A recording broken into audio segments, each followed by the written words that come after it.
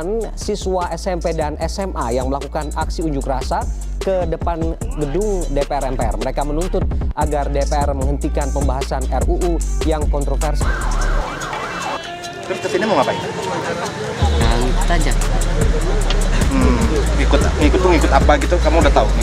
Ngikut apa? Mau ngapain gitu di sini? Kamu udah tahu? Udah tahu. Apa? Mau menuntut dihapus RKUHP. RKUHP itu kamu tahu apa? Peraturan. Ya, RKUHP itu apa? Kamu tahu? Enggak. Mahasiswa di berbagai daerah kembali menggelar aksi menolak materi RKU. Sekarang saya sudah sama teman-teman dari SMK mana? SMK Negeri 5. Oh, gitu. Ini tadi kesini bolos apa enggak? Enggak. Pertanyaan buat kalian ikut demo ini apa yang kalian bela? Ya, RUU-nya kan nggak jelas, Mas. Terus apa lagi? Apa ya? Nggak masuk akal lah. Terus Ya sama keadilan rakyat. Terus mungkin mau nambahin anak-anak. santai. Kasih nih kok. Apa? Ya karena menurut saya terlalu memberatkan. Gitu aja. Ngeri. Saya orang gembel aja nggak punya awak kok kena denda. Iya. Oke. Tuh kan, sebenarnya mereka juga nggak paham banget sih tentang maksud dan tujuan demo ini. Kayak gini nih. Oke, jadi kalian tadi sudah lihat video yang dimana cuplikan tersebut. Di dalam video itu ada beberapa siswa yang istilahnya tidak paham nih tentang hukum. Jadi mereka asal-asalan ikut demo. Selamat datang di channel Pak Surya. Kali ini kita akan membahas di bab pertama, yaitu membahas mengenai pelanggaran hak dan pengingkaran kewajiban sebagai warga negara. Oke, sebelum kita membahas mengenai materi, alangkah baiknya kita mempelajari dulu nih, apa itu kompetensi dasar yang di dalam bab ini.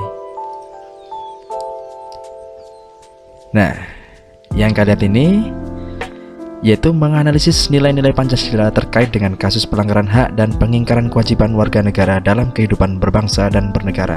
Jadi di sini nanti kita akan membahas ini, apa yang tertulis dalam kompetensi dasar. Oke, kita kembali. Sekarang kita akan membahas mengenai pengertian. Dalam pengertian ini ada dua pembahasan, yaitu yang pertama hak warga negara. Apa itu? Ini merupakan seperangkat hak yang melekat di dalam diri manusia. Kedudukannya sebagai anggota dari sebuah negara.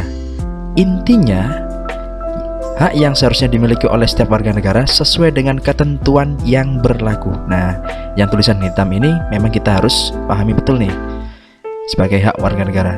Selanjutnya, kewajiban warga negara. Apa itu? Yaitu tindakan atau perbuatan yang harus dilakukan oleh seorang warga negara yang diatur dalam ketentuan perundang-undangan yang berlaku. Intinya, setiap warga negara terhadap penyelenggaraan kehidupan bermasyarakat, berbangsa, dan bernegara sesuai dengan ketentuan yang berlaku. Jadi dua pengertian ini saling berkaitan, yaitu mengenai ketentuan hukum. Nah, di dalam video tadi kan kita lihat banyak siswa yang ikut demo tapi dia tidak tahu substansi apa yang mereka ikuti dalam demo tersebut. Oke, saya lanjut. Tulisan di atas ini kita lihat ada hak dan kewajiban warga negara juga tidak dapat dipisahkan. Kalau kita pahami, hak dan kewajiban itu memang istilahnya itu saling berkaitan. Kalau dalam bahasa Inggris tadi kan di slide Pak Surya yang pertama tadi tertulis ada namanya duties and rights. Artinya hak dan kewajiban. Jadi setiap warga negara itu memiliki dua elemen tersebut. Akan tetapi sering terjadi pertentangan karena hak dan kewajiban tidak seimbang. Misalnya ini, setiap warga negara berhak atas pekerjaan dan penghidupan yang layak. Meski menjadi hak, pada kenyataannya banyak warga negara yang belum merasakan kesejahteraan dalam menjalani kehidupan. Kenapa? Hal ini disebabkan oleh ketidakseimbangan antara hak dan kewajiban. Apabila keseimbangan itu tidak akan terjadi kesenjangan sosial yang berkepanjangan. Oke, kita lanjut yang kedua nih. mengenai substansi hak dan kewajiban dalam Pancasila. Kita kupas ya nih. Jadi substansi hak dan kewajiban warga negara dalam Pancasila itu terwakili oleh 3 poin ini, 3 elemen ini. Jadi dapat dikategorikan nilai dasar, nilai instrumental, dan nilai praktis. Kita lihat nilai dasar itu yang berkaitan dengan hakikat 5 sila Pancasila sendiri, yaitu nilai ketuhanan, nilai kemanusiaan, nilai persatuan, nilai kerakyatan, dan nilai keadilan. Selanjutnya adalah nilai instrumental, yaitu penjabaran dari nilai-nilai dasar yang terkandung dalam Pancasila, atau yang disebut dengan dasar hukum negara kita, negara Republik Indonesia. Sedangkan yang terakhir adalah nilai praksis, yaitu sebuah realisasi ketentuan yang termuat dalam peraturan perundang-undangan yang terwujud dalam sikap dan tindakan sehari-hari. Nah, ketiga nilai tersebut secara langsung ataupun tidak langsung mengatur hak dan kewajiban negara. Selanjutnya, substansi nilai instrumental Pancasila dalam hak dan kewajiban warga negara. Nah, untuk hak-hak warga negara sendiri, ini sudah diatur dalam pasal-pasal Undang-Undang 45, yaitu pasal 26, 27, 28, 28A sampai dengan pasal 34. Sedangkan untuk kewajiban warga negara juga diatur nih di pasal 27 ayat 1, yaitu yang menjunjung hukum dan pemerintahan. Pasal 27 ayat 3 pembelaan negara. Dan yang terakhir adalah pasal 30 ayat 1 menjaga pertahanan dan keamanan negara. Oke, lanjut. Nah, ini yang mengatur mengenai hak dan kewajiban negara dan warga negara. Jadi hak dan kewajiban warga negara itu apa saja? Untuk hak negara yaitu memaksa, memonopoli, dan mencakup semua. Sedangkan kewajiban negara sendiri itu membuat, menetapkan peraturan dan melaksanakan peraturan dan memelihara, serta menjamin atau melindungi hak-hak warga negara. Nah, sedangkan untuk kita, hak dan kewajiban warga negara ini apa saja? Hal ini sudah diatur dalam Undang-Undang Dasar 1945 dan Undang-Undang Nomor 39 Tahun 99 tentang HAM sebagai berikut ini, yaitu hak untuk hidup. Dan yang kedua adalah hak berkeluarga dan melanjutkan keturunan. Saya lanjut nih. Sekarang kita bahas mengenai kasus pelanggaran hak dan pengingkaran kewajiban warga negara. Nah, sebelum kita melangkah lebih jauh, kita pahami dulu nih, apa maksudnya pengertian dari pelanggaran hak. Jadi kalau pelanggaran hak ini sendiri, setiap perbuatan baik disengaja atau kelalaian melawan hukum, mengurangi, menghalangi, atau mencabut hak seseorang warga negara yang dijamin oleh UU dan tidak mendapatkan penyelesaian hukum yang adil dan benar berdasarkan mekanisme hukum yang berlaku. Nah, sedangkan pengingkaran kewajiban sendiri, ini istilahnya ada pola tindakan warga negara yang tidak melaksanakan kewajiban sesuai ketentuan berlaku. Misalnya apa? Tidak menggunakan hak pilih aktifnya ketika pemilu. Nah, ini adalah pengingkaran kewajiban. Nah, saya lanjut. Pelanggaran hak warga negara terjadi ketika warga negara tidak dapat menikmati haknya sebagaimana yang ditetapkan oleh undang-undang. Misalnya, kemiskinan yang masih menimpa sebagian masyarakat Indonesia. Hal itu dapat disebabkan program pembangunan tidak berjalan sebagaimana mestinya. Ini merupakan hak yang dilanggar. Jadi misalkan orang itu jadi pembangunan atau kesejahteraan itu memang tidak merata di setiap masyarakatnya. Untuk pelanggaran hak dan pengingkaran kewajiban warga negara diantara disebabkan oleh faktor-faktor berikut. Nah, salah satunya adalah sikap tidak toleran dan rendahnya kesadaran berbangsa. Kenapa saya memilih ini yang paling menonjol? Apabila kita tidak toleransi, kita ingat Indonesia itu sifatnya apa ya? Banyak budaya, agama, suku, dan ras. Istilahnya itu kita adalah negara pluralisme. Dan rendahnya kesadaran berbangsa dan negara, ini intinya kita itu biasanya kalau sudah berkelompok itu seolah-olah kelompok itu di atas segalanya. Kita lupa bahwa di atas segalanya itu tadi di dalam sebuah negara itu ada hukum dan kekuasaan yang sudah mengatur. Untuk kekuasaan sendiri ada namanya penyalahgunaan kekuasaan. Contohnya pelanggaran ini seperti halnya ada misalkan ada Bapak Lurah atau entah itu orang-orang yang memiliki jabatan itu menggunakan wewenangnya yang istilahnya tidak sesuai dengan ketentuan yang berlaku atau tidak sesuai dengan norma hukum. Dan yang terakhir, kalau misalkan di zaman-zaman sekarang itu adalah penyalahgunaan teknologi. Nah, banyak nih orang-orang yang sudah ahli namanya teknologi, misalkan komputer atau media sosial. Mereka bisa menyalahgunakannya dengan cara apa? Mertas masyarakat bahwasanya itu memang sudah ada hukumnya.